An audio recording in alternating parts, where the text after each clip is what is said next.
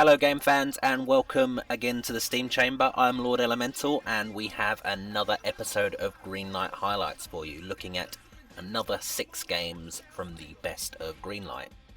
Now, moving on straight to the first of this week's games, we have One Finger Death Punch from Silver Dollar Games. Now, if you're an Xbox user, you may recognise that name, as Silver Dollar were responsible for producing a huge amount of god-awful X-Blig games on the Xbox, in which they generally put out sort of a weekly or a monthly very, very basic game and then sold it by putting a picture of a woman with large breasts on the front. However, this was their best game that they released on X-Blig, and now they're trying to get it onto Steam, and it's definitely a game worth playing, unlike everything else they've ever made.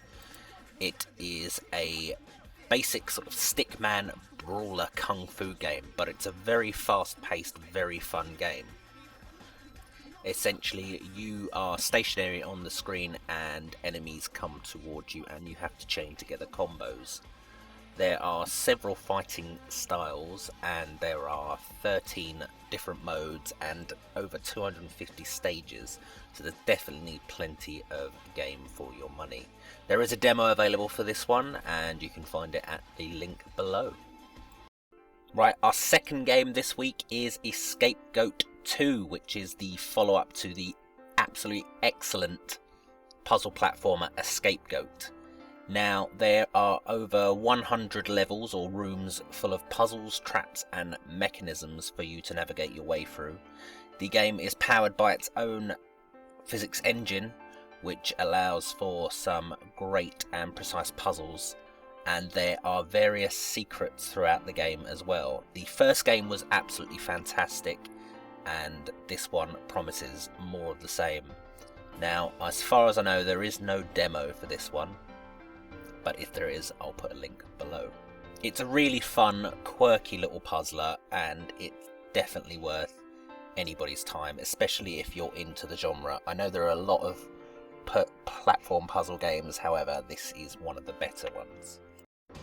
The third game this week is the absolutely gorgeous looking Strike Vector, which is a first and third person air combat game made by a very small team. You are the pilot of a high-speed VTOL, which has 2 different movement modes. You have a very high-speed jet mode, but you also have a hover mode, which allows you to hold and defend locations.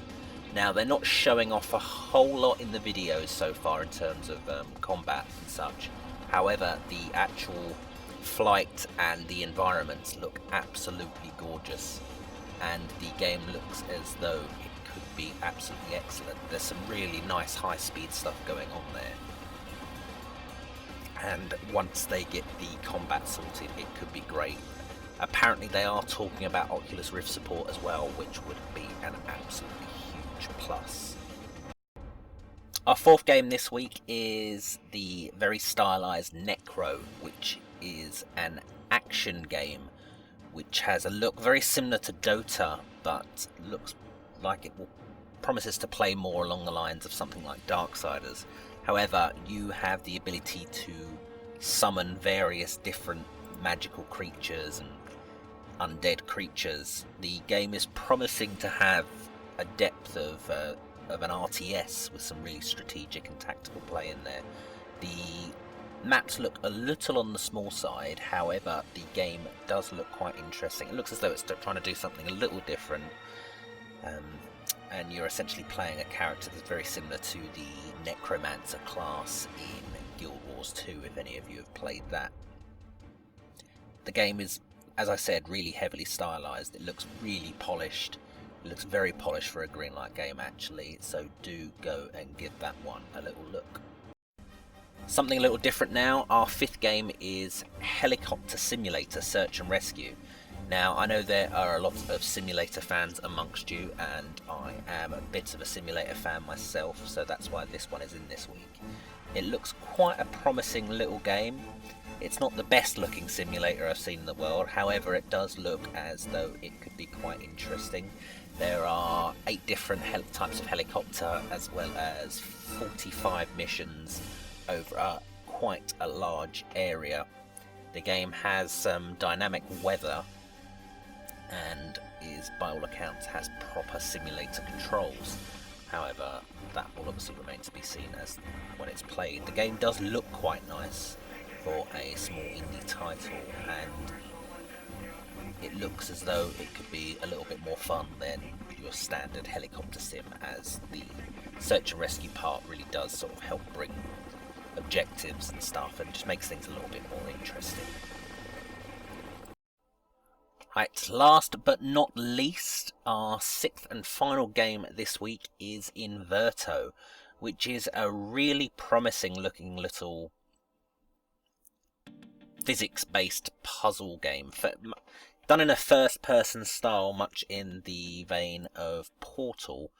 The game sees you playing around with gravity. Your gun essentially lets you manipulate gravity in the first-person view, and the puzzles are built around the concept of switching the gravity and bending the laws of physics in order to make your way through them as you proceed. The game also has a little bit more in the terms of the FPS stuff in it as well, and there are more than just your gravity. You've got things like teleport going on there. You also have to power up circuits as well as your general physics manipulation.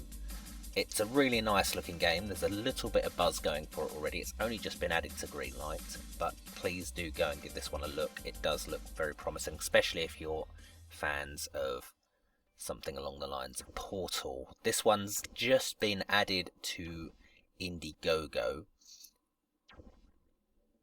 but hopefully it will find some interest. Like I say, do go give it a look, and if you do like the look of it, then maybe you could pledge something towards it as well. Right, that's all we have for you again this week. Again, thank you for watching as always, and if you did enjoy, then please do like, comment, subscribe, and tell anyone who likes Greenlight games about us, as I know it can be a real effort to trawl through the different games, and me and Dave do it every week in order to save you guys from having to do the same thing. If there are any Greenlight games we haven't covered in the past that you do feel deserve a little bit more attention and perhaps aren't getting it, then please do let us know, and perhaps we can do a highlights video on them, or perhaps even do a little bit more in depth.